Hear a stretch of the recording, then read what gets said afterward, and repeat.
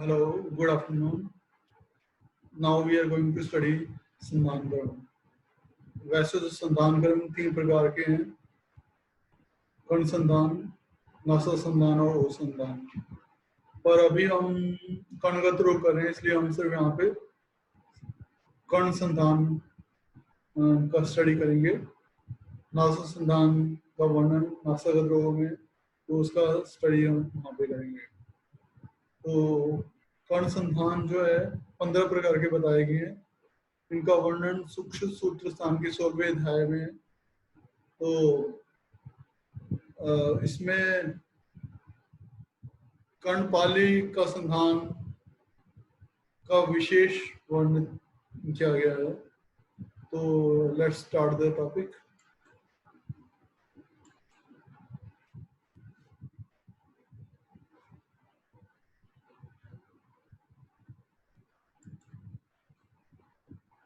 संधान कर्म।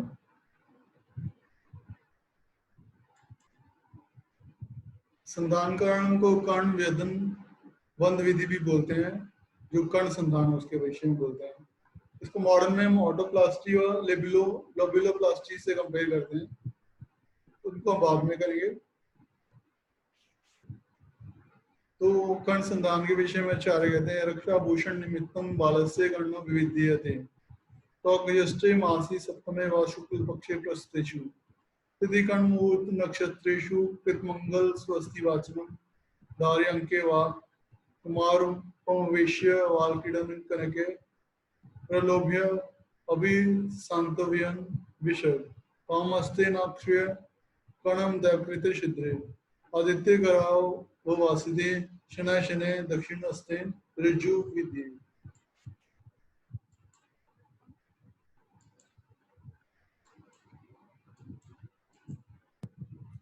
ततुनकम सूच्या बलमार्य पूर्वम दक्षिणे कुमारस्य वामम कुमार्य तत्पिजुवर्ती प्रवेश्य। तो सूत्र स्थान के उत्तर के अध्याय 16 के तीसरे कोटेशन का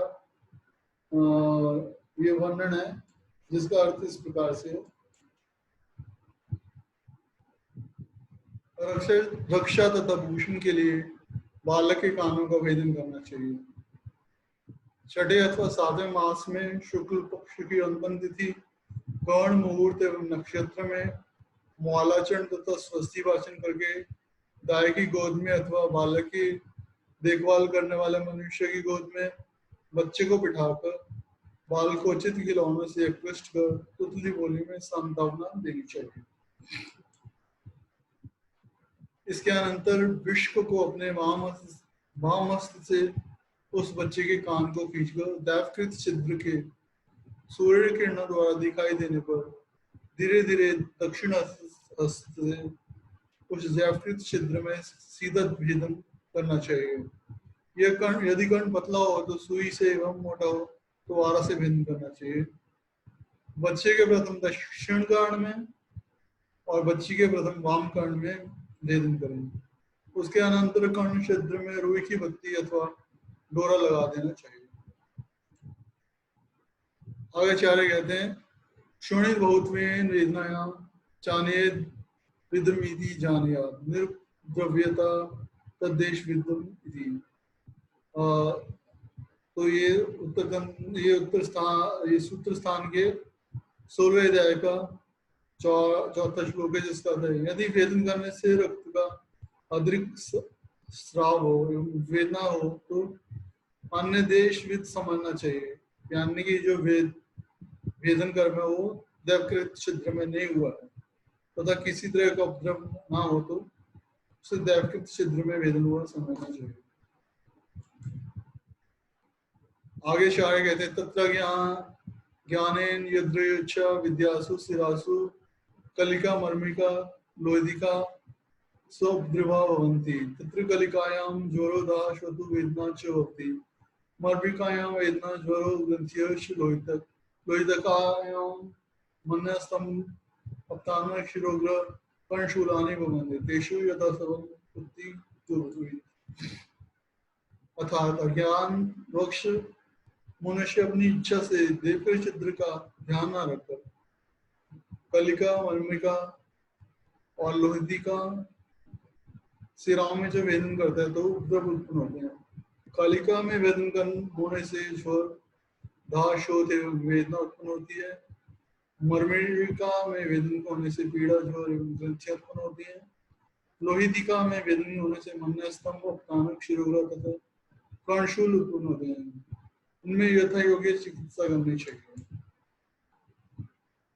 आगे आचार्य कहते हैं क्लिष्ट जीवा प्रशस्त सूचि व्यद्राड़ प्रवर्तिवा दोष समुदाय प्रशस्त भय वा यत्र सर्वो वेदना व भक्ति तत्र वर्तिमो उपायशु मधुकैरण मूल मजिष्ठाव्य तिलकल के मधु वृत प्रगाढ़ लिप्ये तावद्यावत् सरूढ़मिति सरूढ़ं च एनं पुनर्विद्ये विदानन्तु पूर्वोक्तमेव अर्थात धारा रहित या खुरदरी एवं टेढ़ी और अप्रस्थित धातु से बनी हुई सूची के द्वारा वेदन करने से अथवा अधिक मोटी बत्ती के कान में रखने से कि मां दोषों के प्रकोप से अथवा ठीक से वेदन न होने से जहाँ पर सरम अथवा की पीड़ा उत्पन्न हो तो कर्णादवर्ती को हटाकर शीघ्र ही मूलेठी, हेरणमूल, मजिष्ठा, यव एवं तिलक के कल्प में मधु अर्कित अधिक मात्रा में मिलाकर रोहन होने तक प्रतिदिन आलेप करना चाहिए। रोहित हुए कांड का पुण्य योग्य स्थान पर वेदन करना चाहिए। वेदन करने की विधि पूर्ववत ही है। आगे आचार्य कहते तत्र सम्यक विद्य माम तेलेन परिशेचियेत प्याहर्यहच वर्धि स्थूलताम दद्यात् परिशेकम च तमेव अर्थात योग्य वेदन हो जाने पर तिल्ली के कच्चे तेल से वर्ण का परिसेचन करना चाहिए या 3 दिन के अंतर से रुई की परती का उत्तरोत्तर मोटी प्रवेश कर आम तेल से सेचन करते रहना चाहिए। अथ व्यापक गतो दोषो द्रव्य करने वर्धनार्थम लघु वर्धनकम प्रयास अर्थात दोष एवं जल शोक आदि उपद्रवों के शांत होने पर कर्ण क्षेत्र को बड़ा करने के लिए छोटे छोटे वर्धनों का उपयोग करना चाहिए। आगे आचार्य कहते हैं एवं विधि विवर्धित कर्ण सिद्धते उद्विदा नृणाम दोषा संधानम तस्समेक्षिणम् अर्थात कभी कभी इस प्रकार से विवर्धित कर्ण दोषों के प्रकोप से या आघात लगने से 2 भागों में विभक्त होकर फट जाता है और तो उसके संधान करने की विधि का वर्णन इस प्रकार है।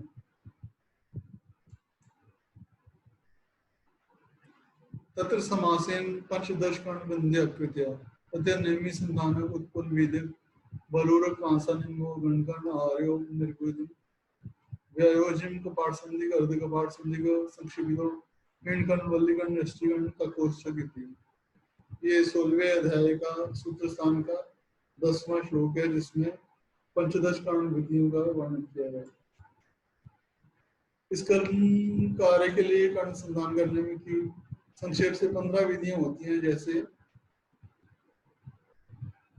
नेमि संधानक उत्पलवेदक बलूरक आसन गणकर्ण आर्य निर्वेदिम व्यायोजम कपाट संधि अर्ध कपाट संधि संक्षिप्त हिंडकर्ण यष्टिका वल्लीकर्ण यष्टिकर्ण का कोष्ठ। इस प्रकार ये कर्ण वेदन 15 विधियां होती हैं। तो किस अवस्था में कौन सा मंत्र प्रयोग करना है यहाँ पे वर्णित है। तेषु प्रथुर आसमो भयपाली निर्मिमी संधान प्रयात समोया पाली उत्पलवेदक हस्ववृत्त समोया पाली बलूरक अव्यंत दीर्घ पाली आसन बाह्य दीर्घ पाली गणकर्ण पाली रूपयतो अपहार्य पीठम पाली रूपयत क्षीणपुत्रिका अक्षितो निर्वेदी स्थूल अनुसम विष्णु पाली व्यायोजम अव्यंत दीर्घ पाली अल्प पाली कपाट संधि बाह्य दीर्घ पाली अल्प पाली अर्ध कपाट संधि को दशैतिकर्ण वंद विकल्प साध्य दिशाम स्वना विरेव आकृत्य प्रायेण व्याख्या था। तो कौन से बंध का प्रयोग कहाँ कैसे स्थान पे करना है उसका वर्णन यहाँ है। नेमी संधानक का वर्णन में आचार्य कहते हैं इसमें यदि कर्णपाली के दोनों भाग मोटे फैले हुए हों और समान हो तो नेमी संधानक बंध का प्रयोग करना चाहिए। उसके पश्चात उत्पल वेद का वर्णन किया है। उसमें बोला जिसकी दोनों कर्णपाली वृत्त दीर्घ एवं समान हो तो उत्पल वेदक बंध का प्रयोग करें। बलरूप में बोला छोटी वृत्त एवं समान दोनों कर्णपालियां होने पर बलूरक बंध बनना चाहिए। उसके बाद आसन जिसकी भीतरी एवं एक पाली दीर्घ हो वहां आसन बंध बांधना चाहिए। तो गणकर्ण बंध के विषय में आचार्य कहते हैं यदि बाहर की कर्णपाली दीर्घ हो तो गणकर्ण बंध बांधना चाहिए। उसके पश्चात आहार्य बंध के विषय में आचार्य कहते हैं जब दोनों तरफ कर्णपाली ना हो तो आहार्य बंध का प्रयोग करना चाहिए।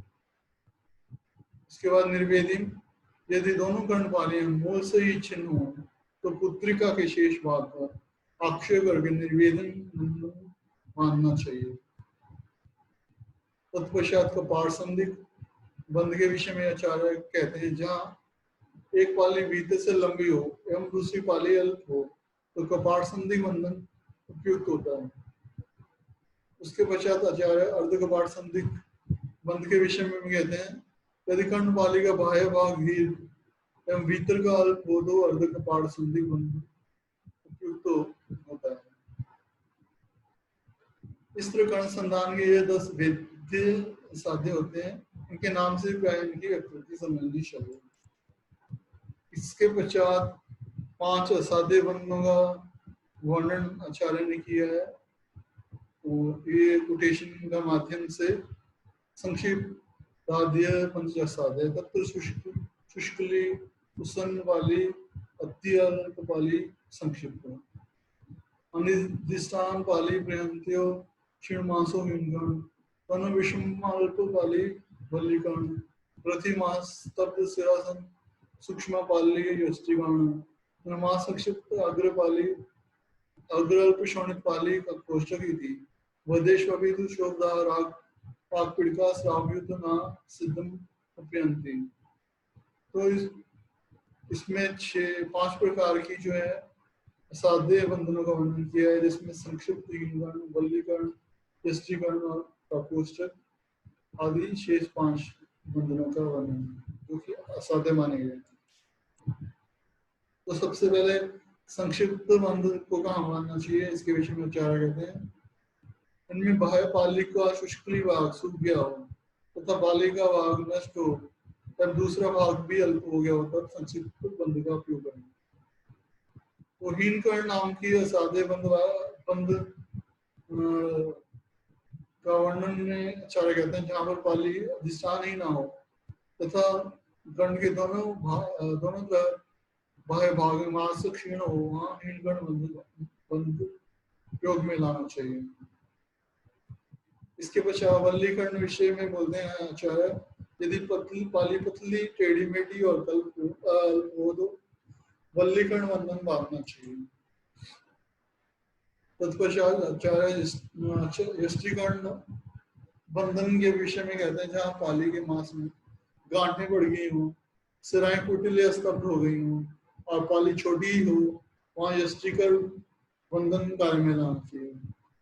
इसके पश्चात आचार्य का कोष्ठक बंध का प्रयोग बताते हैं यदि पाली मांस और संक्षिप्त अग्रभाग वाली तथा अल्प रक्त युक्त हो तो काकोष्ठक बंधन प्रयुक्त करें। इस तरह इन बंधनों के करने पर भी शोथ लालिमा पाप पीड़िकाएं आदि का स्राव लग जाए तो संधान में कार्य सिद्धि प्राप्ति नहीं होती है। भवन्ति चतुर यस्य पाली द्वयमपि कर्णस्य न भवेदि कर्णपीडक समय मध्य तस्य विदध्वा विवर्ध्य। इस मनुष्य के कान में दोनों पाली ना हो उसके कर्णपीठ के मध्य के समान स्थान में वेदन करके वर्धन करना चाहिए। आगे आचार्य कहते हैं बाह्याम दीर्घायाम संधिराभ्यंतरो अभवेत् अवंतरायाम दीर्घायाम बाह्य संधि उदाह्य अर्थात बाहर की कर्ण वाली लंबी हो तो भीतर की ओर संधान करना चाहिए। अब यह भीतरी कर्ण वाली लंबी हो तो बाहर की ओर संधान करना चाहिए। एक तो वेद पाली स्थूला पृथ्वी स्थिर ताम द्विधा पाटित्वा चित्वा जो ऊपरी संधि अर्थात यदि किसी मनुष्य की मोटी चौड़ी और स्त्री की पाली हो तो उसे बीच से चीर को ऊपर की ओर जोड़ देना चाहिए।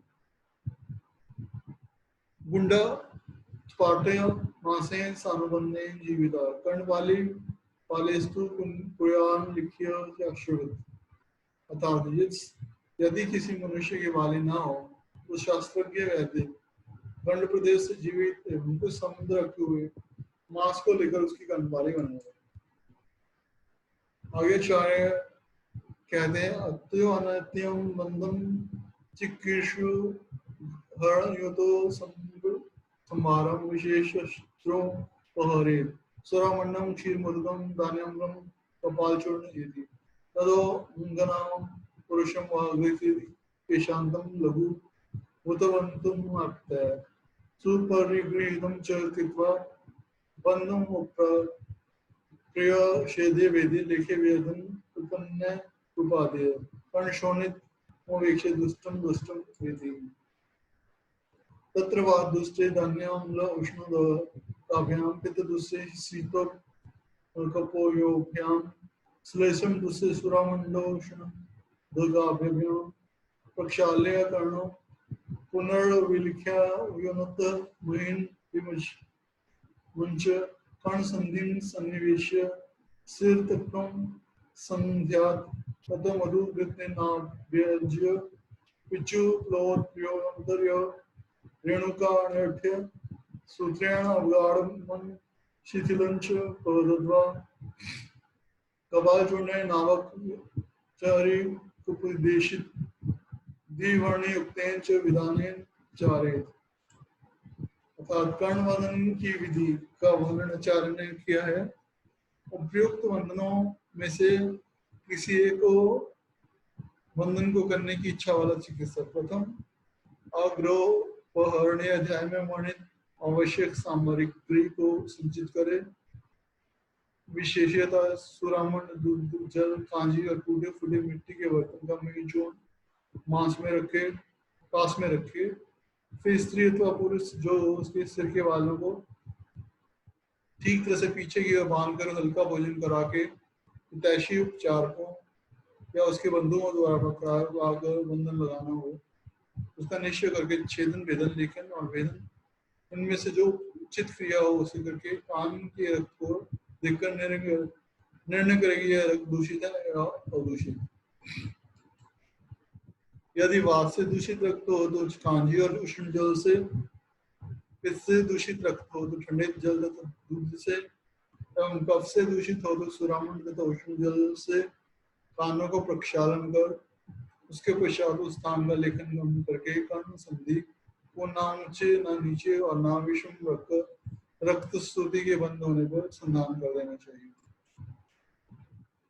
फिर मधु और कृत लगाकर पिच्चू अथवा प्रोग से ढककर डोरे से ना अधिक घाड़ा एवं ना अधिक शीतल बांधकर कपाल का चूर्ण छिड़क कर आहार विहार का उपदेश करे एवं दिव्यवर्णीय अध्याय में कहे हुए विधान के अनुसार उपचार करना चाहिए। विवर्जनीय भक्ति चरित्र विघटनम दिवस स्वप्नम व्याम अधिभोजनम व्याम अग्नि संतापम वाक्यांश विवर्ज्य। तो कौन सी चीजें वर्जनीय हैं उसके विषय में आचार्य कहते हैं कर्ण का किसी के साथ विघटन, दिन में शयन, व्यायाम अति भोजन, स्त्री संभोग, अग्नि तथा सूर्य का ताप तथा अधिक भाषण एवं अन्य प्रकार का परिश्रम ये सब वर्जित करना चाहिए। आगे चार कहते हैं ना चाशु शुद्ध रक्तम अति प्रवक्त रक्तम क्षीण रक्त संध्यात स ही वात दुष्ट रक्ते रूढ़ अभी परिपुवाम पित्त दुष्टेदा पाक राग वेदनावान श्लेषम दुष्टे स्तब्ध कंडुमान अति प्रवक्त रक्ते शाप शोभवान क्षीण अल्प मांसो ना वृद्धि मुपैति। बंधन के समय यदि कर्णपाली से अशुद्ध रक्त निकलता हो या अधिक मात्रा से में रक्त निकलता हो अथवा रक्त बहुत कम निकलता हो तो संधान नहीं करना चाहिए। वात दुष्ट रक्त में संधान करने से रोपित होने पर भी परिपूर्ण हो जाता है। इस प्रकार इस श्लोक के द्वारा आचार्य ने किन अवस्था में बंधन नहीं करना चाहिए उसका वर्णन किया है। पित्त दुष्ट रक्त में रूढ़ होने पर धाप आग्रह तथा वेदना ये उपद्रव होते हैं। कफ से दूषित रक्त में संधान करने से स्तब्धता एवं गंधु होती है। अधिक रक्त की प्रवृत्ति की अवस्था में स्नान करने से वह स्तन काला अथवा नीला एवं शोथयुक्त हो जाता है। रक्त की क्षीण अवस्था में स्नान करने से मांस कम रहने के कारण स्नान करने पर उसकी विधि नहीं होती है। पश्चात कर्म के विषय में आचार्य कहते हैं आम तलेन तीरातम परिशेच्य तीरातश पिचुम परिवर्त्य स यदा सुरूढ़ो नृप्यो सवर्णो मुक्ति तैदन्नम शनै शनै भी वर्धिये अतो अन्यथा शरण दापाक राग विद्वान उन्नचिद्यते वा। ये सूत्र स्थान के 16वें अध्याय का 20वां कोटेशन है। इसमें कहा आचार्य ने तिल्ली के कच्चे तेल से 3 दिन तक का अभिषेक करना चाहिए। प्रत्येक तीसरे दिन पिच्चू का परिवर्तन करें। इस तरह से जब वह ठीक तरह से रोपित हो जाए तो कोई उपद्रव भी उत्पन्न ना हो तथा उस स्थान की त्वचा का रंग अन्य त्वचा सिद्ध हो जाए तब उसके छिद्र को वर्धनों को द्वारा धीरे धीरे बढ़ाना चाहिए। इसके विपरीत करने से सरम दाह पाक राग पीड़ा होती है और फिर फट जाता है।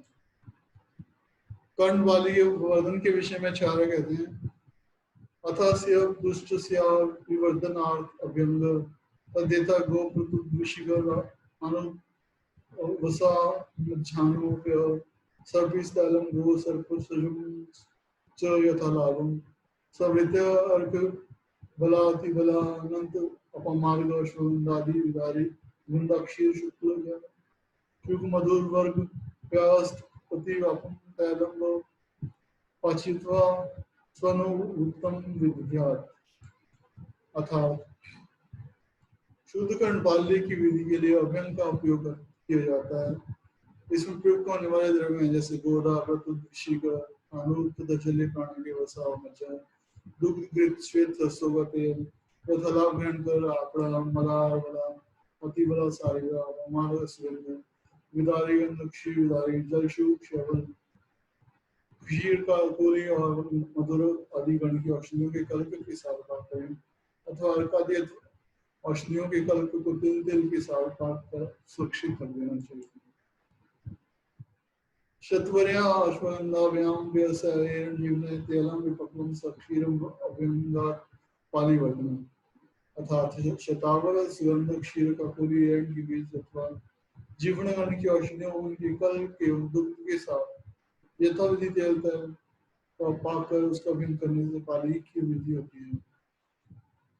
यवाश्वगंधा यष्टा वस्ति वर्तनम हितम अश्वगंधा मधुयष्टि और तिल ने तिल जल के साथ पत्थर पर महीन पीस कर कान रोट कर करना इत्यादि होता है। ये तो करना न वर्धनते स्वेदन स्नेहो पालिता तेषां अपांगदेशे तु क्रियात् प्रच्छान एक वाच्य छेदन न कुर्वी व्याप्त संयुक्तो ध्रुवा। अर्थात जो कानून प्रकार से स्वेदन स्नेह न अथवा उद्वर्तन तथा अभ्यंग करने से नहीं बढ़ते हैं उनके लिए अपांग प्रदेश में प्रच्छान होना चाहिए। उनके बाह्य प्रदेश में प्रच्छान नहीं करना चाहिए क्योंकि वहां से राधि मर्म होने से निश्चित ही अनेक व्यापदाएं उत्पन्न होती हैं। वद मातरम तुय गण सहसा भावी वर्धिये आमकोशी समामत श्वेप्रमेव विमुच्यते। यदि कर्णपाली का संधान करने के बाद ही उसे रसा बढ़ाने का प्रयत्न किया जाए तो पाली आम होने से शीघ्र ही शोध से उक्त होकर वहां से गिर जाती है। जात्रोमा सुवर्तमा सश्रेष्ठ संधि संस्थिर सरूढ़ो वेदो निश्चितम वर्धिये। जब कान पर बाल उत्पन्न हो जाए तो छिद्र अच्छा हो जाए असंधि जुड़ गई हो एवं कर्णपाली समान तथा स्थिर हो गई हो तथा मां के वर्ण की भाली भली भांति रोहण हो गया हो और वेदना में नहीं होती हो, ऐसी अवस्था में धीरे धीरे उस स्थान का योग्य उपाय द्वारा वर्धन करना चाहिए। अमितगण मंदस्तु विज्ञया कुशलारिण यो यथा सुविशिष्ट स्यात् तभी योज्य। ये सूत्र स्थान की 16वें अध्याय का 28वां श्लोक है, जिसमें आचार्य कहते हैं कर्णपाली का संधान करने के लिए शास्त्र में अनेक वर्ण वर्णित हैं, अतएव जहाँ पर जो वर्ण ठीक तरह से प्रतीत हो वहाँ उसका प्रयोग करना चाहिए। तो कर्णपाने में होने वाले द्रव में होने वाले कुछ रोग भी आचार्य ने बताए हैं, जिनकी संख्या 9 है, जैसे उत्पाटक, उत्पुटक, श्याव, अमंत्र, सकंडक, व्रत, जम्बू, सावी, धारा। तो इस प्रकार से हमारा संधान कर्म का अध्याय समाप्त होता है और इसमें हमने संधान कर्म के प्रकार, जो 10 साधे और 5 असाधे उनका वर्णन अध्ययन किया है। साथ में हमने इसमें उपद्रवों के स्वरूप जो रोग उत्पन्न होते हैं उनका अध्ययन किया है।